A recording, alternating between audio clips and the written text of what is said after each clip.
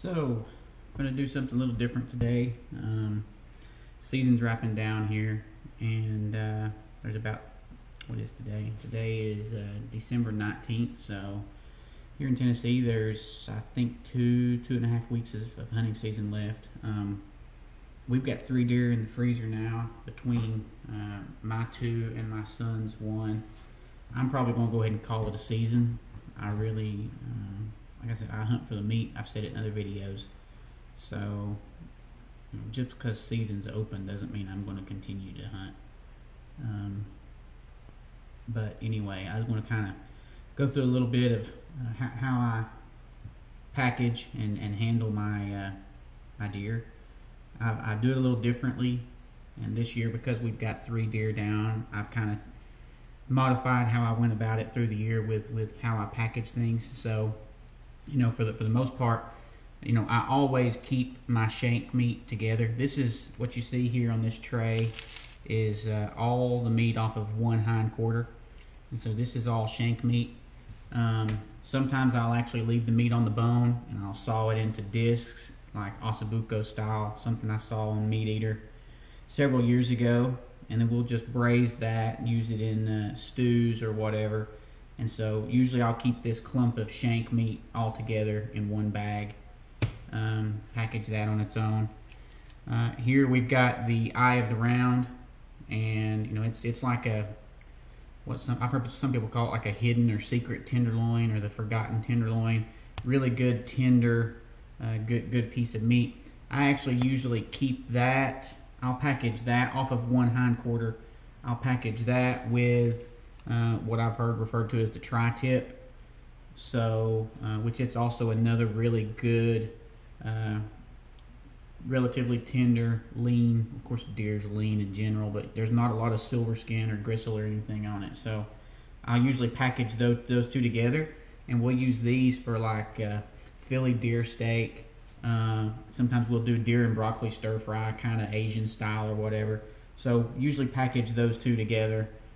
It's a good portion size for my family of 4. So that's what I do, is I try to package everything here according to my family's portion size. And my son, actually at 10 years old now, he's getting where a lot of times he'll out eat me. I try to limit how much I eat a lot of times, but he's a growing boy and his appetite just keeps going. So next thing on the hind, we've got your sirloin. Yeah, you can always tell what that is. It's a large football looking cut, varies in size obviously depending on the age of the deer. This one is extremely lean, and I do not normally use this in a roast because it is so lean. It tends to dry out, and it's so thick. I'll usually take this and slice this cross grain and turn it into steaks, and it makes some fantastic steaks. We serve that to guests when they come over. That or backstrap, honestly. We had a big Christmas party here 2 nights ago, 3 nights ago, and I grilled up some whole backstrap, cooked it about medium, sliced it, just left it on a tray, and a lot of people ate it thinking it was like roast beef. So a lot of times we'll do the same thing with a sirloin, because it's such a, I say mild flavor. To me, I don't notice a flavor of deer. I mean, it's just, it's meat, it's deer. Obviously it's less fat content than beef. I've got to where now when I travel for work, if I order a steak and I'm out traveling, a beef steak, it has so much fat on it that I have an upset stomach that night by the time it's all said and done, because my body's just not used to that much fat. We live almost exclusively on deer, wild turkey, and not the drink, deer, wild turkey, and rabbit. My dad raises rabbits, and we substitute rabbit for a lot of chicken, so we're not getting that much fat. Yeah, we get it in a lot of other, we'll have sausages and things like that. But anyway, so there's that. Here are your 2 round steaks. So, let's see here. Get it off here. I always get them confused as to which is which. I think this is bottom round. I can't remember. I always have to look up. There's two round steaks. There's a top round and a bottom round. And one has a very well-defined grain line, very long grain lines. Occasionally I will keep this one whole to use as a roast. What I also like to do is this one, since it's got really long grain lines, I'll cut it along the grain and use it for jerky meat. So what I'm probably going to do with this one today is I'm just going to freeze it whole. That way when I decide to do jerky, I'll just pull it out, slice it along the grain, put it on the dehydrator, and be done. And then this other one, like I said, I can't remember which one's which. I can annotate the video to clarify. This is the other one, the top or the bottom. It's a lot thicker, a lot leaner. The grains are not as well defined, but I'll usually slice this one into steaks as well. Makes fantastic steaks. Similar to the sirloin, there's a little bit more kind of fat lines or marbling in it, if you want to call it marbling in a deer. That kind of gives it a little bit different of a flavor and texture to some extent, but it still makes fantastic steaks. To me, the choice steaks on a deer are either your sirloin roast sliced into steaks, or this round sliced into steaks, and then obviously your back strap. But I don't normally slice that into steaks. I normally grill it whole. We have pan seared one before, but I prefer to grill it whole. And we don't marinate it for days and hours like a lot of people do. I don't soak any of this stuff. A lot of people say, oh, I'm going to soak my deer for 8 hours in buttermilk or whatever. We don't soak anything. We cook it like it is. I'll sprinkle salt, pepper, seasoning on it while it's on the grill. That's it. I mean, we like the flavor of the meat. And then everything else you see here, this is all basically just grind that came off. There's basically like the, what do you call it? There's a top roast. What do they call it? Some people call it a butt or something like that. I forget what it is now, but it's top roast, and there's also a lot of other edge meat that goes around it there. I just keep this separate, and I put it in my grind pile, and I grind it just like it is, except for there's something in my eye.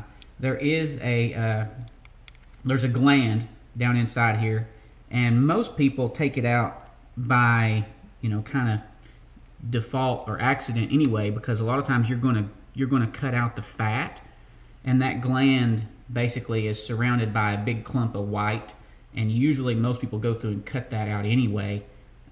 So I like to go through these big thick balls of fat like this. I will cut that off before I throw this into grind, because it does have a tendency to build up and plug up inside your grinder. But my bag of various other cuts of meat, my rib meat, my neck meat, flanks, flank steak. I love to keep the flank steak.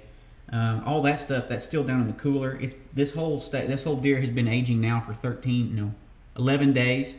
It's a little longer than I wanted. I had an accident working on my son's Euro mount, and my freshly sharpened Benchmade knife slipped and went all the way in my finger to the bone. And so I've had to get stitches in that several days ago, and I'm just now really getting feeling back in my finger to be able to do anything. So 11 days still isn't that bad. I keep it on my cooler. I follow the Randy Newberg method of keeping jugs of frozen water, milk jugs, apple juice jugs, whatever, the half gallon to a gallon jugs of water frozen. I just keep rotating them in and out in the cooler, and it keeps the meat, right within that 32 to 40 degree temperature range. That's perfect for aging. And like I said, this is 11 days now. There is absolutely no odor to the meat, which is a good thing, obviously. It's been very cold in there the whole time. So just going over a little bit of how we do it. Hope this helps someone, and we'll see what else we come up with.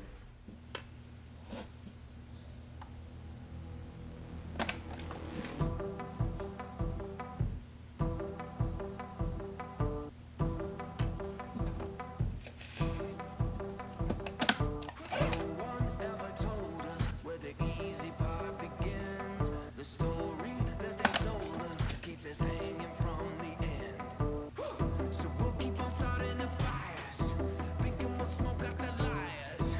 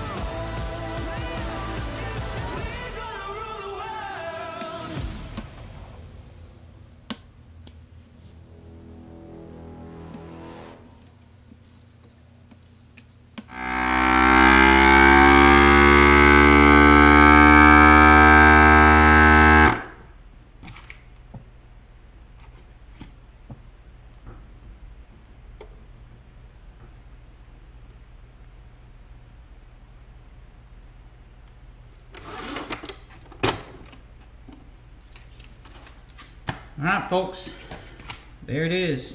So I went ahead and skipped ahead a little bit.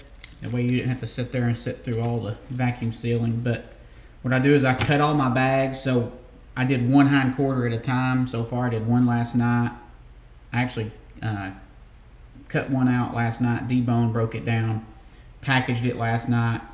I cut this one up last night and put it in the fridge on a tray overnight. It kind of dries the surface of the meat up a little bit, eliminates any juice, because when you run it through this vacuum packer, any liquid or blood or whatever that's in there tends to interfere with the sealing mechanism. So I like to get my meat good and dry before I try to do that. But anyway, one hind quarter there.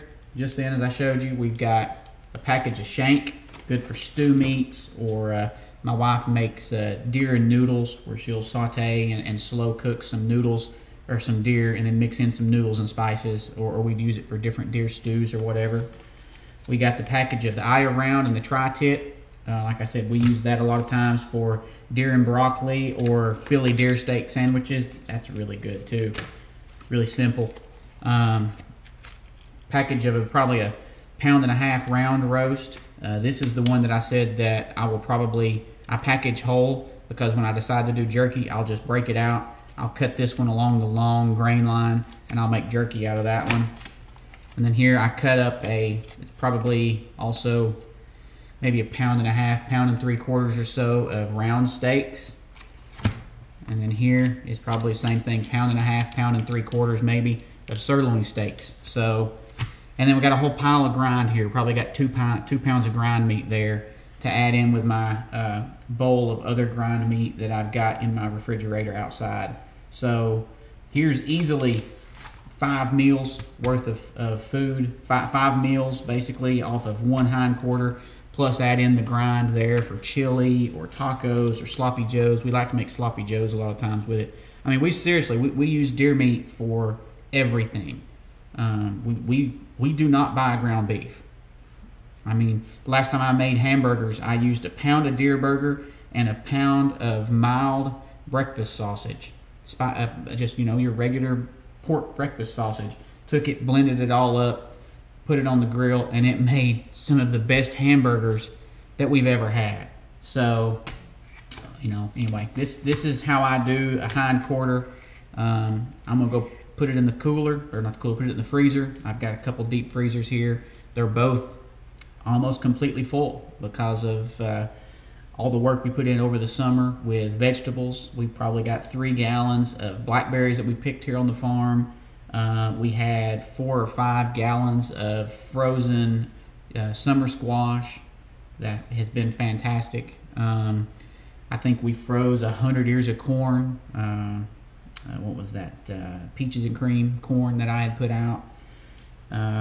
Okra, we got frozen okra, frozen green beans, an entire shelf full of frozen rabbits. So anyway, that's how we roll. As I get through other processing videos, or maybe some videos of how we do some different things, I may even record my wife making some of her Philly deer steaks or something like that, and see if anybody has any interest in seeing that, because I get a lot of questions from people who all they think you can do with deer is pound it flat, batter it and fry it, and eat it with gravy, or you eat it in chili. They think that's the only ways you can eat deer meat.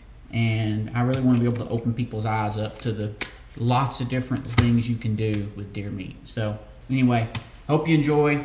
Probably won't talk to you again before Christmas, so Merry Christmas to you and yours, and have a wonderful rest of the year, hunting season, and talk to you soon.